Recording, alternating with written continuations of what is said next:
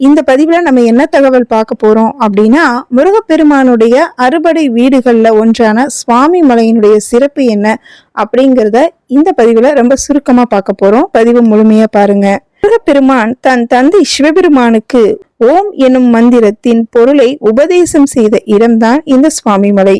பாடம் சொன்ன முருகப்பெருமானை சிவபெருமான் தன் குருவாக ஏற்றுக்கொண்டார். சுவாமிக்கே, அதாவது சிவபெருமானுக்கே குருவாக இருந்து உபதேசம் செய்த மலை என்பதால் இந்த ஊர் சுவாமி மலை என்று அழைக்கப்படுது. சிவபெருமானுக்கு உபதேசம் செய்ததால் இங்குள்ள முருகனை சிவகுருநாதன் என்றும் தகப்பன் சுவாமி என்றும் அழைக்கிறார்கள். இந்த மலை கோயில்ல 60 படிக்கட்டுகள் உள்ளதாக சொல்லப்படுது. இந்த 60 படிக்கட்டுகளும் தமிழ் வருடங்கள் 60 குறிப்பதாகவும் சொல்லப்படுது. ஒவ்வொரு படியும் ஒரு தேவதையாகவும் கருதப்படுது. இங்குள்ள முருகன் கையில் வஜ்ராயுதம் ஏந்தி கம்பீரமாக காட்சி தருகிறார். இது இந்த தலத்தினுடைய ஒரு தனி சிறப்பு.